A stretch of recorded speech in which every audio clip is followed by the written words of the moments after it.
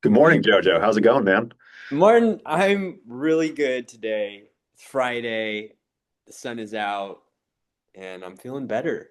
How about you? How are you doing? Good, man. I'm up in Truckee, and we got some snow this week, so definitely feeling a little less like fall and a little more like winter a couple days this week. But leaves Seasons are are changing. changing. Yeah, seasons are changing. Leaves have changed. It's a great time of year to be out on the trails though, because the dust is a little bit packed down from all that snow and cooler temps and just Sending enjoying. temp. Yeah, for sure. Yeah. And where are you? You're at home right now? I'm here in San Francisco. Yeah, it is, like most days in San Francisco, 60 degrees, a little bit of sun, a little bit of clouds. It's idyllic. Yeah, we're a pretty normal day up here in Truckee for this time of year. Cold temps at night, midday, early afternoon, you start to get that sun, it starts to feel pretty warm, and before you know it, it's cooling off again and and back to those fall temperatures in the evening. So pretty nice. I mean, we originally met up here, up this way, right at Broken Arrow Sky Race a couple years ago now, and Few years back, yeah. it's been fun collaborating on things, on training, coaching chats, and excited to kind of launch our conversations into the broader world, so to speak. But Yeah. yeah, This area as Northern California, it's just such a amazing place to be in general. And then when you talk about endurance sports and being outside and just adventuring, it is there, there's just a few places on the planet like it. So yeah, I'm super excited to really lean into this love of this area and kind of share it with people both who live in the area and maybe people interested in learning more about Northern California. Yeah, what are we going to talk about today, Martin? yeah, I think we should maybe intro ourselves a little bit, and I think building on that, riding on the coattails, so to speak, of your Northern California chat. I think it's a place that for me is has been home for most of my life, and like you said, there's just such an amazing place to get involved in endurance sports, into trail running, mountain biking, skiing for me as other sports. But yeah, I grew up in the Bay Area. I grew up running trails in the East Bay, running trails in Marin, ran cross country in high school over in Marin County. So got to know Tennessee Valley pretty well as our kind of home course, and now live up in Truckee. Skiing brought me here originally, but that's also what got me into trail running and the other sports that come with it. So I've spent time away from Northern California, but it's definitely pulled me back and excited to talk training, racing, kind of all things endurance sport, but with that focus on what an amazing place we both live in and the heritage and legacy of endurance sports in this region. Yeah, totally. I love it. And I know there's a lot more to that background than you're letting on. We can dive into a little later, but thanks for the quick brief rundown there. And yeah, I similar story. I was born not too far outside of San Francisco, where I'm at now in Napa, and being outdoors was something that was important to my family, and did a lot of car camping and being on lakes and stuff like that. And I always appreciated it to some extent, but it wasn't until after college that I really just found a passion, obsession, addiction that became endurance sports running. Firstly, it came with rock climbing, and then you know turned into a love of trail running, and yeah, appreciation for all the sports that we can do here in this area, which is a good amount of them. So I yeah I've been trail running really seriously and as hard as I can for the last 5 years, it seems like. And I feel like now I can't say I'm new to running because I've been doing a lot of it and learned so much, just diving super deep into it that yeah, I got into coaching. That's partly how we met, and I just love learning about how to be a better uh, runner, a better endurance athlete. And I've had the fortune of, yeah, helping others achieve their goals. And I know we've worked together. And so it's been an amazing, both being on both sides of it, being a coached athlete and then being a coach itself. So I'm excited to chat more about that knowledge that we talk about a lot and a lot of the other things that go into being a Northern California athlete. Definitely.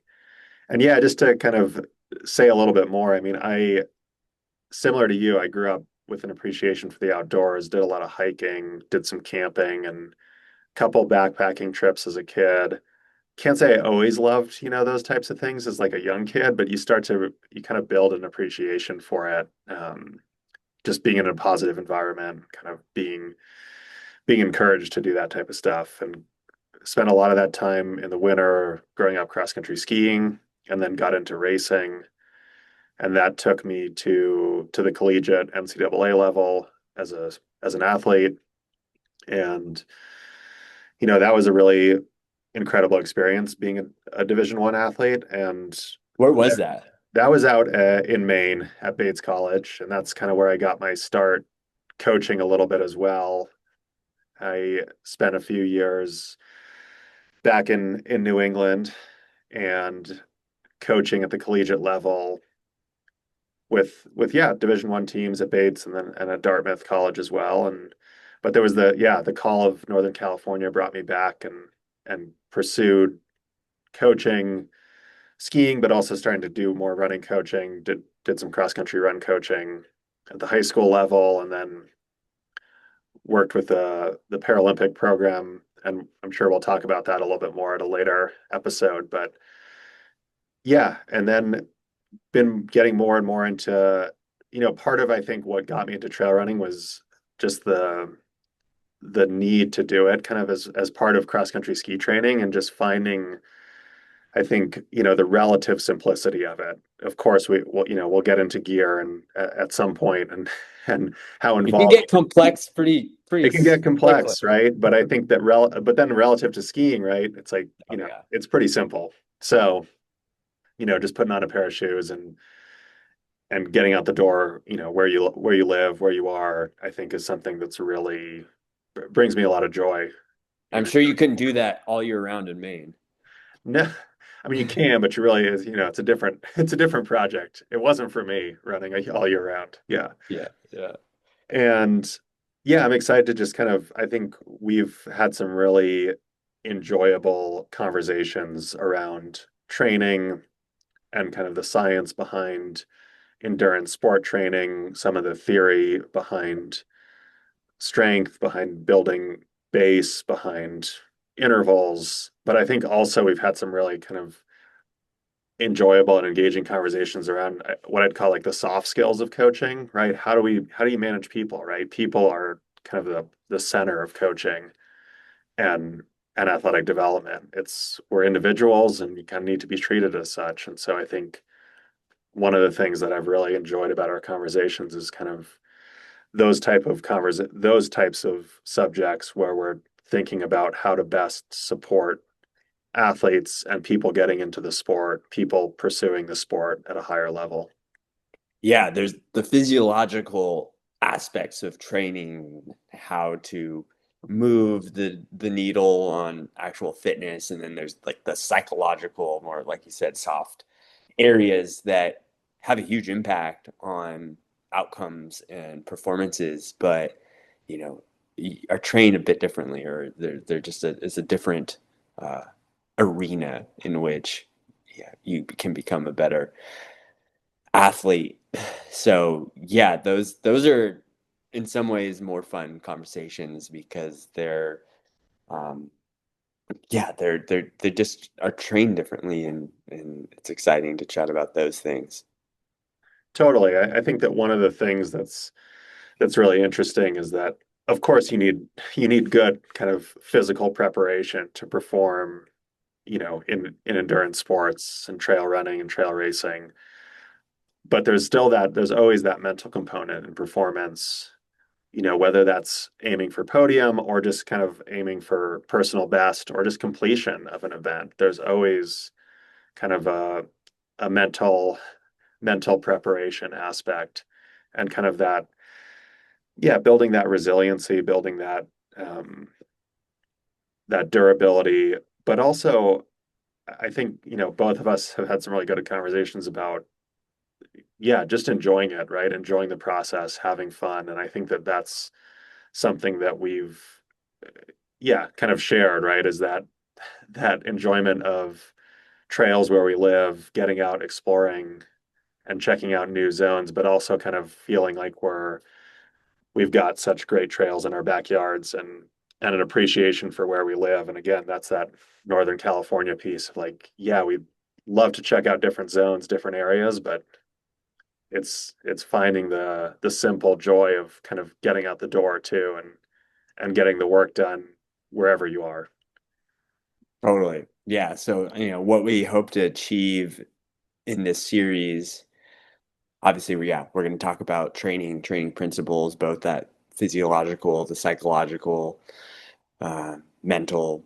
That's going to be a big part of it. We want to talk about this area in the broader, um, story that is Northern California. There's races almost every weekend, whether it's trail running or skimo or what have you. And so there's just a plethora of history here that I hope to go into at some point, and um, just talking about areas within Northern California, hopefully giving some knowledge around great places to go, to ski, to run, and providing that to our viewers and listeners. Also, want to bring in industry voices. Maybe you can say a little bit about that since you're a little more tapped in than I am on that.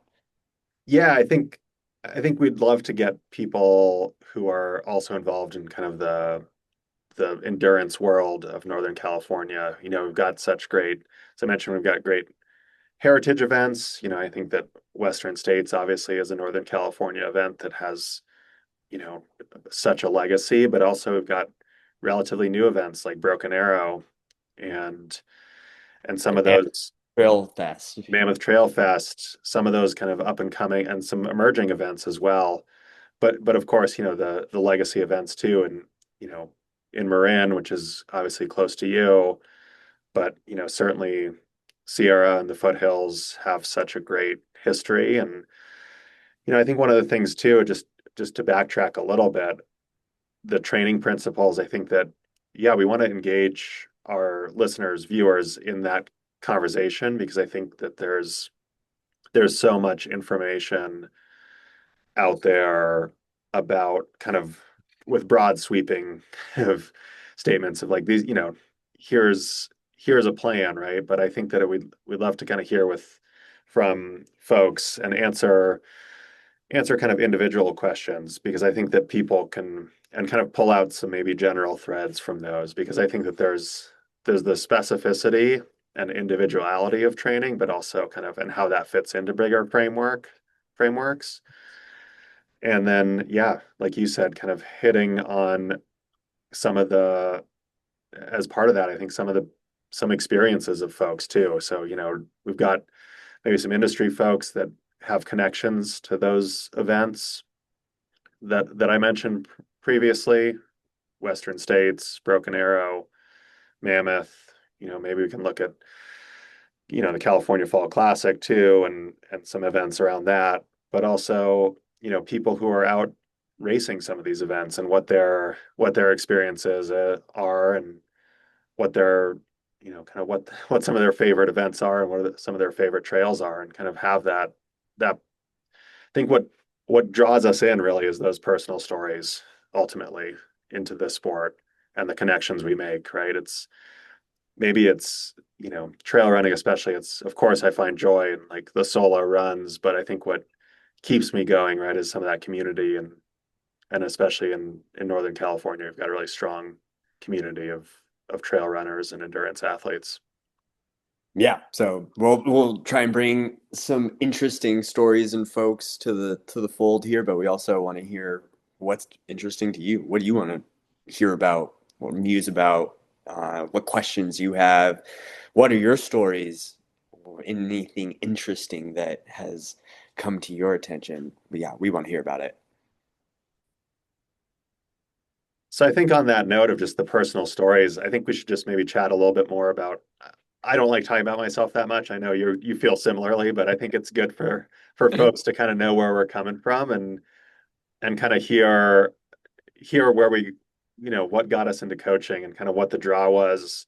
We chat a little bit about our backgrounds, but I think that there's more there for you. I know I can force myself to talk a little bit more about that as well, but yeah, you said, you've been trail running kind of for several years now, pretty seriously. But what was the draw to coaching for you? Yeah, I guess the draw first was to get a coach. I was doing my own training and was hearing that people, yeah, had their own personal one-on-one coach and that there's a lot of people doing this. And so, yeah, I, originally searched out another runner kind of that was a coach. And so I was like, oh, they're doing so well. I really like their story and reached out to them and started getting one-on-one coaching from them. And then after a while, I I enjoyed the process and was not enjoying the process of my current career and thought, hey, this is something that I could like set a goal, achieve, hopefully, and learn to become a coach. And there hasn't always been a formal process, especially for something like trail and ultra running. But then found some accreditations that looked interesting. Did that whole thing, and then started coaching friends and folks that I had met for a while and just fell in love with it. I love to see the transition people make, and sometimes those things happen pretty fast, and oftentimes it takes a long time, and that kind of still excites me. It's like it's not going to be an overnight success. There's that famous uh, the adage, it's like, yeah, an overnight success, 4 years in the making or whatever it is, or it's just like it takes a long time for endurance to build. And so I really enjoy like seeing that process over and over for myself and for athletes. I've been working with some folks for multiple years now, and it's just fantastic to see the development that happens there. And so I was just falling in love with training and running and coaching all over every time I get to help anyone, and anytime I'm learning something new about uh, how to train. There's just like so much to know, and it's just a fun industry for me to really dive into. Yeah. How about yourself though? Because I know you've had quite an experience and a little more time in the Yeah. hot seat, so to speak. Yeah, a little more time. I love that answer though, and I think it's kind of um, yeah, what's impressed me about you and in your, I'd say relatively short coaching career, but and kind of one of the reasons I've enjoyed, yeah, having these conversations. But as I mentioned, I got into coaching after being an athlete for many years, and I had a really positive experience with a lot of coaches growing up. In college, I had some really fantastic coaches. And so it wasn't an issue of like, oh, I can do this better. It's like it was more like, oh, I kind of want to be like these people who have been mentors to me as an athlete. And a lot of those people ended up being mentors to me and continue to be mentors to me as a coach. But I started coaching out of college. I initially kind of saw it as a way to stay involved and give back a little bit to a community, an endurance community, cross country skiing in this case, that had given me a lot. And not that I felt indebted to, but it kind of felt a way to stay involved and stay engaged. And like you mentioned, there felt like a lot to learn. Like I had kind of learned about myself through my own training, but it was exciting to think about, what else was out there and different methodologies. And, initially it kind of started as like, oh, I'll do this for a few years and then I'll, kind of go and find a quote unquote real job, right? And yeah, that was about 18 years ago. So you can see how the finding a quote unquote real job has gone. And I think there was a little bit of that initial draw. What has kept me in it and kind of from the beginning is that idea of just finding ways to work with people and that individual and helping, every person, everybody's training is kind of this puzzle, right? And finding how the pieces fit together and trying to unlock that next level of performance or help them improve in just a little way. I think what's cool about endurance, I mean, sports in general, if you have the right mindset, but especially endurance sports, because because they are kind of individual. And so we can really think about the progress is kind of endless, even if we get, as we maybe get older and slow down, there's a natural slowdown, but there's always things to work on, right? You can maintain speed. How do you build more strength? How do you build a better mindset? How do you improve fueling? And I think that with all those pieces, it feels like there's always something to kind of be working on, and that kind of like makes me interested and keeps me engaged with like kind of seeking out knowledge, but also working with people. It's so fun to kind of see somebody kind of have that realization for the first time of what, what they're maybe capable of. I think that's always a kind of a cool thing about coaching is you get to see sometimes your perspective is actually kind of ahead of the athlete's perspective. You kind of start to see what they might be able to handle or what they might be able to do. And they're kind of in it, so they don't necessarily realize. And then also just, kind of the idea with skiing, especially, movement and technique has always been a big part of that. And that's, I've done my personal training certification as well now. And so that's a big part of my coaching training philosophy is that strength, but also within strength, just kind of fundamentally being a good athlete, and that makes us a good runner or a good skier or a good endurance athlete is being a good athlete, period. 100%. Right. And my I mentioned it earlier, but I had the opportunity to work for a few years with the US Paralympic program as the head coach for the cross country national team. And I think it was so cool because it's such a the ideas that we talk about of individualizing and really kind of making programs work for the individual is incredibly true in the world of adaptive sports because it's kind of just highlighted, right? Of course, we're all individuals. Pure again, that's simple. But once you look at people who, might be missing an arm or have a double leg amputation, that becomes even more heightened. That idea that we really have to individualize, and also the idea of kind of movement around that, and how do you find like what works for the individual? It's maybe not kind of like quote unquote picture perfect technique, but it's got to work for the person. So and Yeah, that I got to imagine that working with, folks with those, um, the realities is, yeah, makes your training a lot more flexible and like you thinking outside of what, a normal or, a more able-bodied individual. Not that they're any less able, because they're doing amazing things in of themselves. So yeah.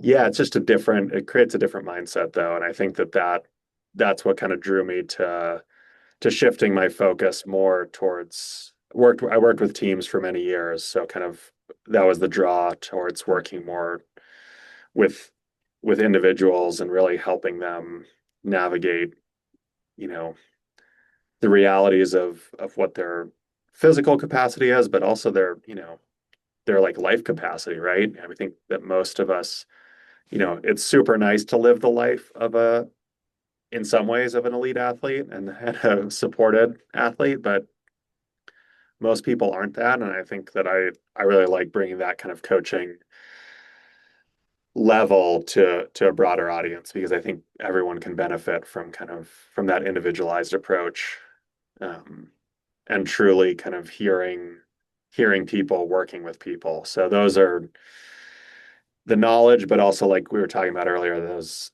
soft skills and that piece of, yeah. I mean, I love just working with people and kind of trying to help them figure out what they're capable of. Yeah, people are great, and it's fun to really help them achieve their dreams and goals. Definitely. So yeah, what's on that note, I guess, what have you been up to in terms of your goals and kind of individually? Yeah, this year has been a lot of ups and a lot of downs, and I have had a recent up in that, yeah, I raced the Kodiak 100-mile UTMB North American Major, and this came off the heels of a really long and intense summer of training that also had its ups and its downs. And yeah, I achieved my goal there, which was to get into the top 10 so that I got an automatic entry into UTMB for 2026. So that was a wild experience, and very proud of it. Very still processing it in a lot of ways. 100 miles is just ridiculously far, and still, yeah, still debating whether or not I even. Yeah, this sport. I mean, I love it so much, but man, that was a long ways to run. So yeah, I've this year upon every year before that is like has just been stacking and stacking, and I'm like seeing the progress.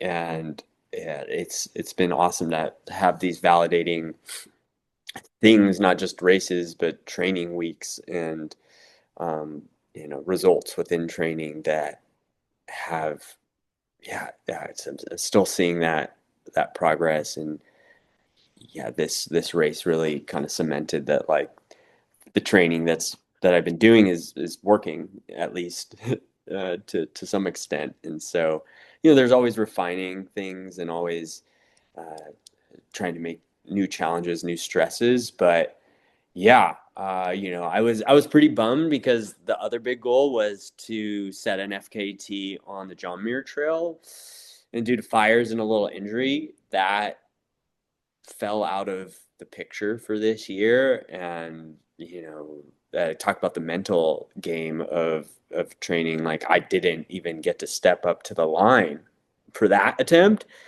and I dealt with the mental aspects, the challenges of, like, not not even getting to take a big swing. And that itself was a learning lesson.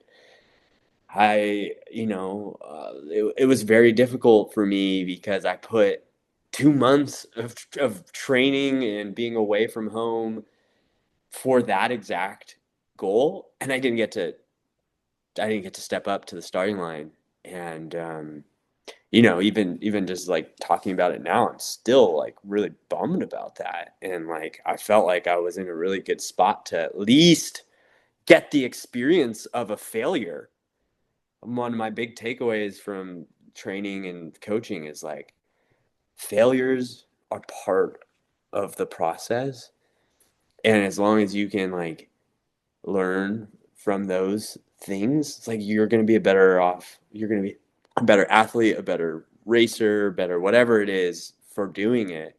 And so not even getting the chance to fail by starting and then failing, like, I was just bummed by that. Anyway, but we're on a high note in qualifying for UTMB, and yeah, I'm really stoked about that.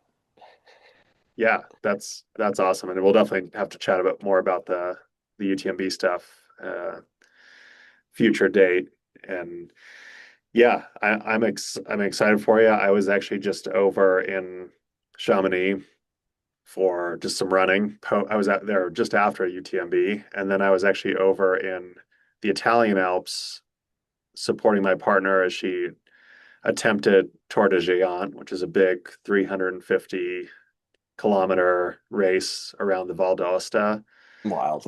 about 95,000 feet of vert over that. 95,000 feet of vert.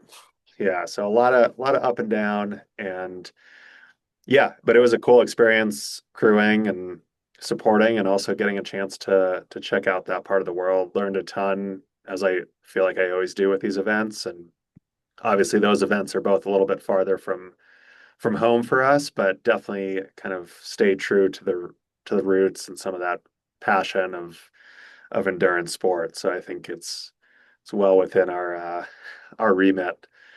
So, as we think about broadening that conversation, how we'll put some of this stuff up on social. We'll get some of it out, but how can people get in touch with you, Jojo, if they've got questions that they want us to answer on the in Totally. our conversations, or Yeah, so either email or on social. So my email is jojo at fromherewego.com. Um, and then socials are at from here we go with underscores under or between each word. So from underscore here underscore we underscore go. cool. I'll add that into the notes too, so people don't have to be scribbling it down. And yeah, for me, it's coach at mvbcoaching.com, or socials is at Instagram, mostly at MVB Coaching. But with that, I think we'll let you guys go, and we'll see you. You'll hear from us next time, and hopefully we've got some questions from folks. Yeah, I'm super excited about the series and really hope that we can impart some fun knowledge for everyone. All right, we'll talk soon.